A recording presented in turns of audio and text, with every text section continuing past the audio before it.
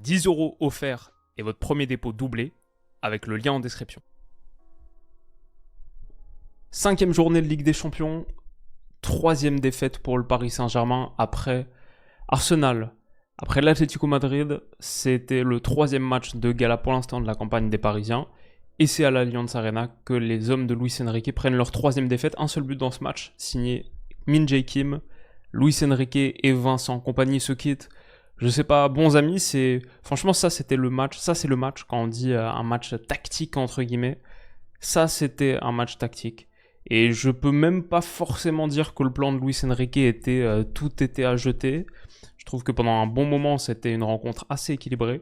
Il y a le but sur un corner, encore ces corners tapés comme ça, on va l'analyser.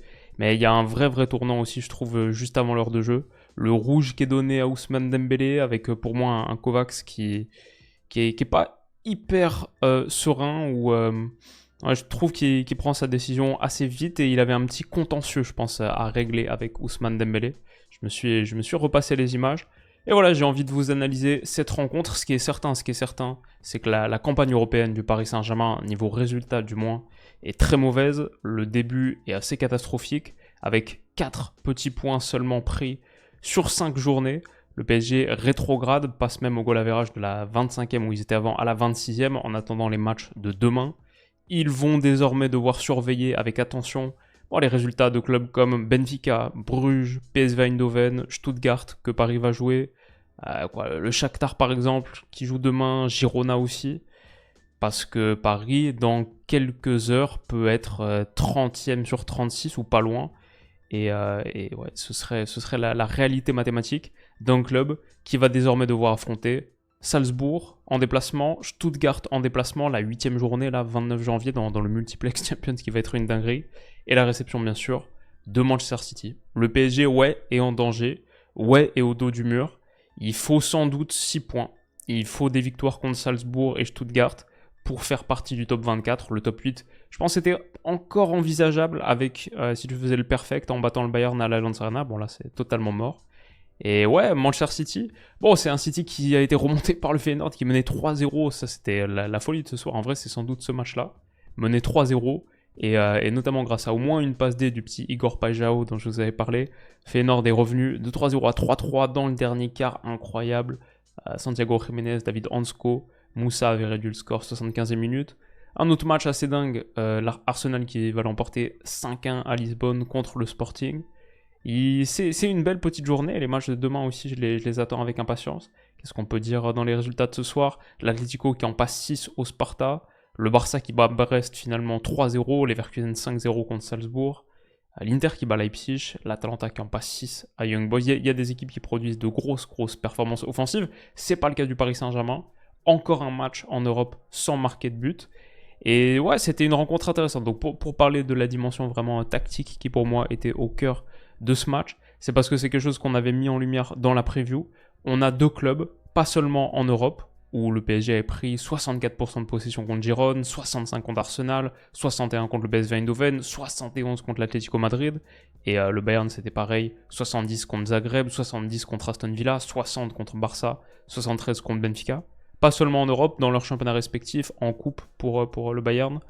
Aucune de ces deux formations n'avait été battue, entre guillemets, à la possession, avait perdu la bataille de la possession. Le minimum du minimum, c'était Paris 55% contre Strasbourg, il y a quelques matchs. Et le Bayern, leur minimum, c'est 60% contre le Barça. Donc c'était vraiment la question qu'on avait mis en lumière dans la preview. Qui allait gagner la bataille de la possession? Alors, les hommes de compagnie, c'était 4-2-3-1, exactement comme on l'attendait, sauf Konrad Laimer, titulaire, pas de Rafa Guerreiro. Et Leroy Sané aussi à la place de Michael Olise, je pensais qu'on allait avoir Olise. Il est entré en cours de jeu plus tard, mais Coman, Musiala, Goretzka, Kimmich et Kane donc devant. Et pour le Paris Saint-Germain, les deux questions qu'on avait mis en lumière dans la preview, c'était les deux extrémités. Est-ce que Safonov pouvait prétendre, après un bon match en Ligue 1, et surtout Donnarumma qui était 51e des 56 gardiens, qui avait disputé des minutes en Champions sur sa ligne, des PSXG assez catastrophiques, bien sûr des erreurs, notamment au dernier match contre l'Atlético Madrid. Est-ce qu'il allait être remplacé par Safonov? Oui, donc, choix fort de Luis Enrique. Et aussi, qui est-ce que tu mets en pointe? Kang-in Lee, Asensio, tout ça, ça marche moyennement. Et bah, le choix, ça a été personne en pointe, entre guillemets. 4-4-2 en vrai, avec Ousmane Dembélé et Barcola, les seuls offensifs titularisés.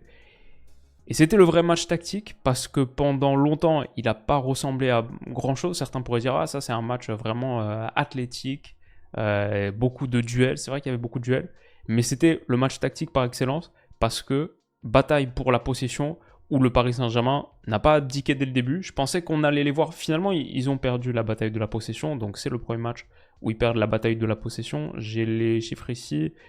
Ils finissent, même avant le carton rouge, ils étaient à 41,6% de possession, le Bayern 58 et quelques. Et à la fin, ça finit, même sur la fin, comme ils doivent marquer, ils ont limite repris un petit peu plus du ballon, mais bref, 58-42, ça finit 57-43, 58-42. Ils ont perdu cette bataille de la possession, mais en cherchant véritablement à la livrer, comme ce qu'a fait le Bayern de compagnie, c'est-à-dire avec de la pression dans les deux sens. Franchement, si tu regardes le début de match, 30 premières minutes, 45 premières minutes, les occasions, elles viennent à chaque fois de la même chose, c'est des ballons gagnés haut dans la moitié adverse. Au bout de 4 minutes, on voit par exemple Coman, Musiala, Goretzka pousser très très haut et gagner un corner, là, sur cette perte de balle de Warren Zaïre-Emery.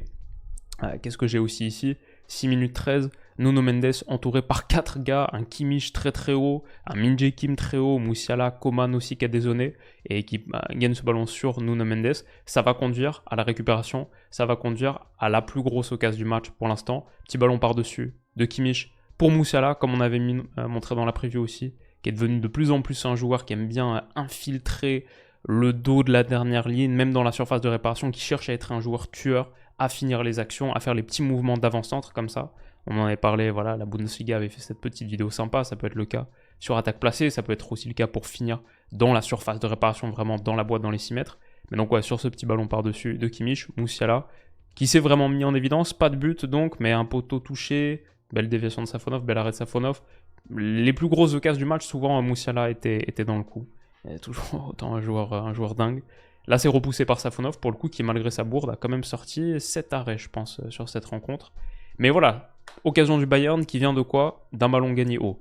Occasion du Paris Saint-Germain une minute plus tard qui vient de quoi ? D'un ballon gagné haut. Et c'est là qu'on a vu l'utilité de ce 4-4-2 avec seulement Barcola et Dembélé en tant qu'offensif. C'est que c'était ton système sans ballon, avec du coup la possibilité d'avoir au milieu de terrain Zaïre-Emery, João Neves, Fabian Ruiz et le quatrième, c'est qui le quatrième ?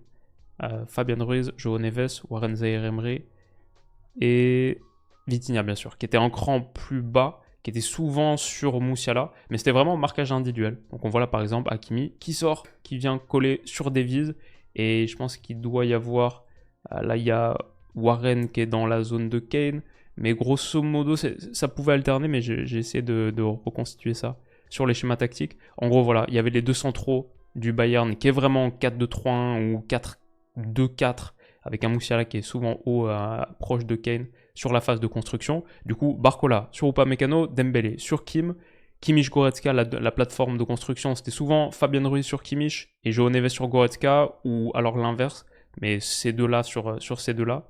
Zaïre-Emery qui pouvait alterner entre Coman et Davies, mais tout ça pour dire Marquinhos Kane, voilà, Pacho qui excentre un petit peu plus pour Sané, Nuno Mendes qui monte haut sur Leimer. Mais l'idée du Paris Saint-Germain, c'était d'être à la médiane, d'être en défense individuelle dans la moitié terrain adverse, pour gagner le plus de ballons possible, pour pouvoir avoir le plus possible le ballon. Et les occasions, elles sont venues là. La grosse du Bayern tout à l'heure sur la récupération sur Nuno Mendes, la grosse du Paris Saint-Germain ici, sur cette passe interceptée par Zaïre-Emery à 40 mètres. Et le petit ballon tout de suite très intelligent mis pour Ousmane Dembélé, ça c'est grosse occasion. Et ouais, franchement je trouve le plan de jeu à la base, ça se livre un petit peu coup pour coup, ça ressemble un petit peu à une bouillie parce qu'il n'y a pas beaucoup d'actions qui sont construites en vrai. Et toutes les occasions viennent de choses comme ça, de récupération sur une phase de relance adverse où voilà, tu as tes 10 joueurs de champ dans la moitié de terrain adverse et tu réussis à gagner des ballons hauts. Il faut un gros retour de Goretzka là, qui fait pas une top deuxième partie de carrière entre guillemets au Bayern, mais des retours salvateurs dans la surface de réparation comme ça. On en avait analysé aussi, on n'a pas parlé d'un, il me semble, saison dernière en Champions, peut-être contre le Real, mais je ne me souviens plus exactement, où il avait été aussi décisif, je crois, dans les tout derniers instants, dernières minutes. En tout cas, ouais, retour là sur Dembélé, et ça donne rien. Le Paris Saint-Germain manque de joueurs tueurs, ça c'est clair, ça c'est sûr. On va pas les absoudre de ça sur le manque de performance, les mauvaises performances européennes, au moins au niveau des résultats. Ah, c'est clair qu'ils finissent mal les actions.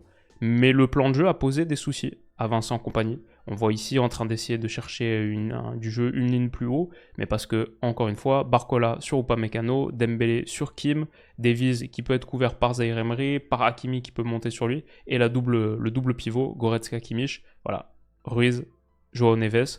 Dur pour eux de progresser, et voilà, on le voit encore une fois là, au milieu de terrain, densifié au maximum. C'était l'idée de ce 4-4-2 sans vrai numéro 9, aussi parce que le PSG, bon, fait rentrer Luis Enrique fait rentrer Gonzalo Ramos à 20 minutes de la fin, mais il n'avait pas les pattes pour jouer 90. On verra comment ils seront avec un vrai 9, avec un Gonzalo Ramos remis, et peut-être une prise au mercato hivernal, je sais pas. Mais en l'absence de vraies options, bah, je trouve que c'est pas plus bête de faire ça plutôt que de mettre un Kangni ou un Asensio comme on a vu sur les derniers matchs.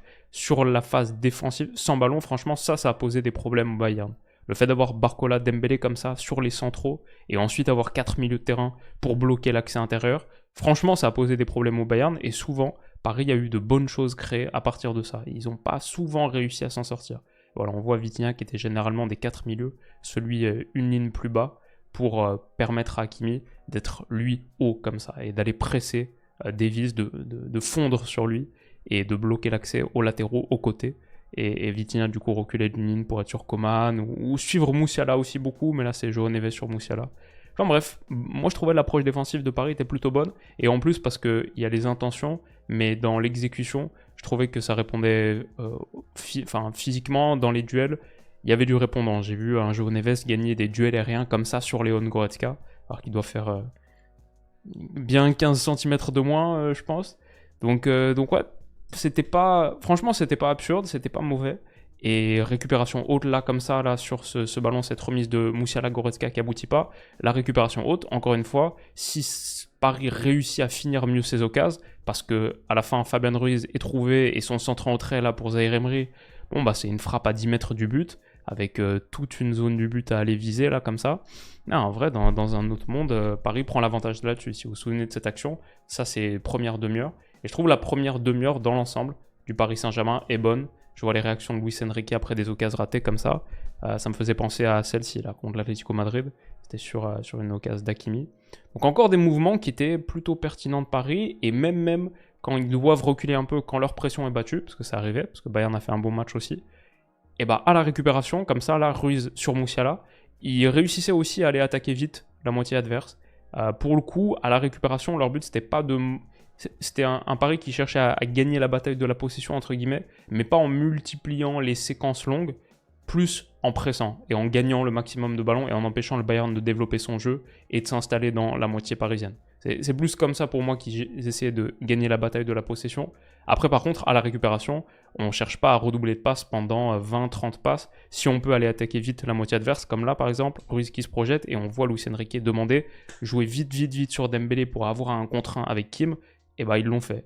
Et là, moi je trouve que Kim dans l'ensemble, au-delà de son but, a fait un bon match. S'il est congratulé par toute l'équipe à la fin, par Neuer et tout, c'est pas pour rien parce que honnêtement Dembélé a pas eu beaucoup de jeux contre lui.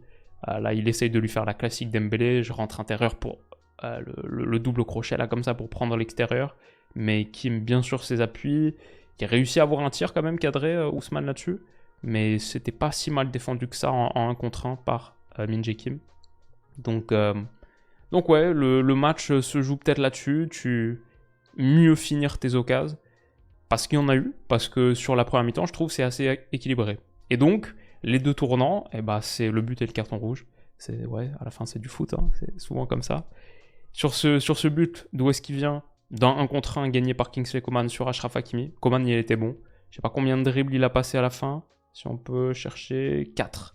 Ouais, c'est beaucoup, hein. C'est je pense ça doit être le record du match. 4 dribbles pour Coman. Non, Nuno Mendes 5. Ok, intéressant. Coman 4, Sané 3, mais Coman 4 sur 4. Il n'en a raté aucun. 4 dribbles tentés, 4 réussis, 3 tirs aussi.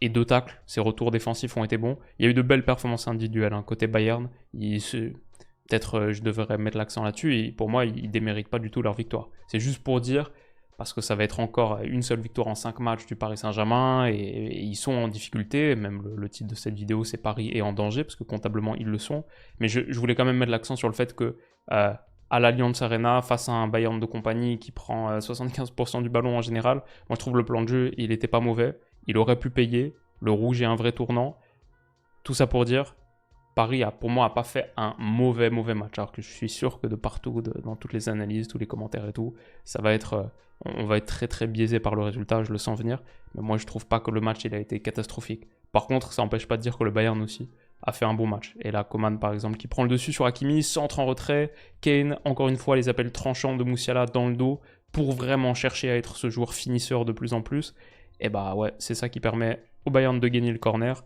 et c'est le corner du seul but du match, il est tapé par Kimmich, et en plus, juste avant ça, Dembélé prend un jaune pour contestation, ça c'était stupide, ça c'était pas nécessaire, surtout le premier jaune, parce que en plus, je suis pas un expert du lire le langage des signes ou des lèvres, mais j'ai l'impression qu'il y a pas mal d'insultes qui ont fusé de Dembélé contre Kovacs, et à partir de ce moment-là, pour moi, Kovacs, il l'avait un petit peu dans le viseur. Je suis pas convaincu de l'intégrité totale et de l'honnêteté intellectuelle et morale de Kovacs comme arbitre. Pour moi, à partir de ce moment-là, il voulait se le payer Dembélé, et dès qu'il y a eu l'opportunité de le faire en seconde période, c'est aussi pour ça qu'il l'a fait. Mais bon, Dembélé peut aussi s'en vouloir d'avoir été aussi, de l'avoir autant antagonisé sur cette action, parce qu'il y a vraiment ça fuse, et je crois qu'il y a des mots vilains qui sont échangés. Bref, 1-0 pour le Bayern là-dessus. Un truc que j'ai noté comme ça, je voulais vous le montrer. Le corner est tiré 2 fois, parce qu'il est repoussé une première fois, hop, par Ruiz, comme ça au premier poteau. Mais du coup, ça m'a interrogé, parce que sur cette première mi-temps, il y a 3 corners tirés par Kimmich. À chaque fois, il communique ce qu'il va faire. Ça veut dire premier poteau. Pas juste parce qu'il lève le doigt, je pense juste qu'il lève une seule main. Et du coup, il le frappe premier poteau, c'est repoussé, ok. Ça revient, pareil, exactement le même geste. Donc il va le refrapper premier poteau. Exactement comme tous les corners du monde sont tirés en ce moment, j'ai l'impression, c'est-à-dire dans les 3 mètres, le plus proche possible de la ligne, mettre le gardien sous grosse pression. Franchement, j'ai l'impression que tous les corners sont tirés comme ça maintenant, quasiment. On voit de moins en moins de corners à 2, et de plus en plus cette même stratégie qui est employée.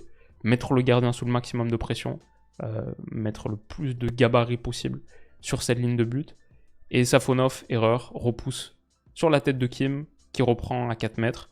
Je sais pas si en lisant les gestes de Kimmich, je t'aurais pu mieux défendre, mais c'est sûr que Paris ne défend pas bien les corners. Et là, Donnarumma, Safonov, pour le coup, ça change rien. Ce corner est mal défendu. Et le Bayern marque le premier but. Ça m'a interrogé aussi, du coup, je suis allé voir le tout premier corner du match, sur l'action qu'on avait montré là, Coman qui gagne le ballon sur Zaïre Emery au bout de 4 minutes. Celui-là, il avait été tapé second poteau, et Safonov l'avait dévié. Et du coup, je suis allé checker, et ouais, le geste est différent. Là, il lève les 2 bras. Donc 2 bras, c'est second poteau, 1 bras, c'est premier poteau. Pour les adversaires du Bayern, c'est pas le truc le plus difficile du monde à trouver, mais peut-être ça peut leur servir. Je sais pas, en tout cas, on arrive à la mi-temps à 1-0. Pour moi, le Paris Saint-Germain est encore dans le match, et même continue de gagner des ballons hauts comme ça, 56e minute.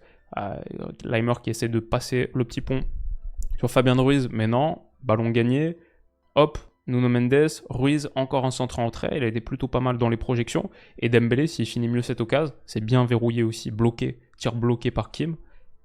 Ouais, Paris pour revenir, c'est le tournant parce que c'est une belle occasion, une frappe en pleine surface, et c'est le tournant parce que sur ce tacle, peut-être un peu trop musclé, mais aussi parce que je pense qu'il y avait un antécédent entre Kovacs et Dembélé, il prend le deuxième jaune, il prend rouge, et à partir de ce moment-là, ça change tout, c'est sûr.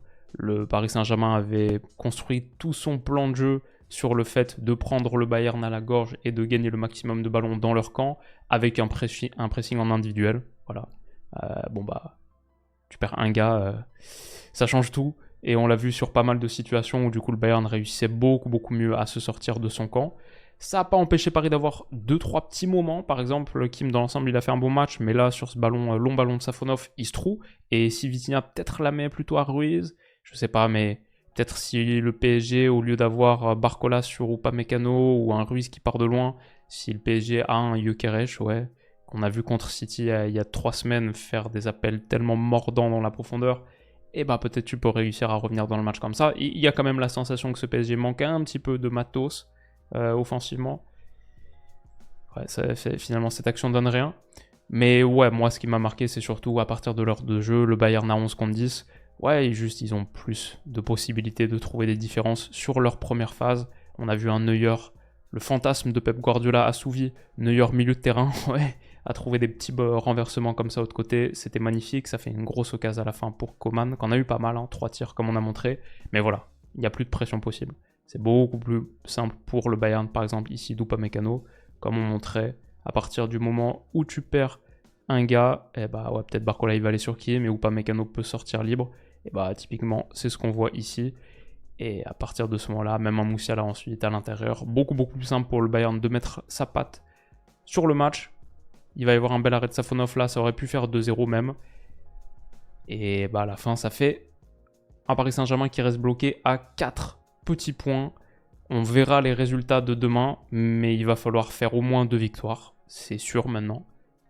Une victoire et un match nul, ça ferait 8 points. Et je crois pas que c'est suffisant pour aller faire top 24. Si on se réfère aux simulations dont vous m'avez beaucoup parlé, que vous avez réussi à faire sur Football Manager tout au long la dernière année. Apparemment, il faut bien 10 points. 9 points, je crois, ça peut passer, mais 8 points, je pense, très difficile de se qualifier de finir top 24 avec 8 points. Donc voilà, comme on a dit, Salzbourg, Stuttgart, ça va jouer jusqu'au bout pour le Paris Saint-Germain. Parce que City, je sais pas si Paris prend 3 points contre City, on verra. Mais ouais, fin janvier, ça va être les 32e de finale de Champions. Pour ensuite accéder au 16e, la Ligue des Champions là, nous donne aucun répit, cette nouvelle formule. Et elle nous donne aucun répit parce qu'on se retrouve demain pour parler de Liverpool-Real Madrid, bien sûr, à Anfield. Il y a encore quelques matchs sympas et ça va être cool. J'espère que ce petit débrief humble, tranquille, modeste vous a plu pour boucler la journée ou pour commencer la vôtre. Je vous souhaite une excellente journée si c'est le cas, dans les transports, au travail, sur YouTube, en podcast comme d'habitude. Merci de votre force et je vous dis à dans quelques heures. Prenez soin de vous. Bisous.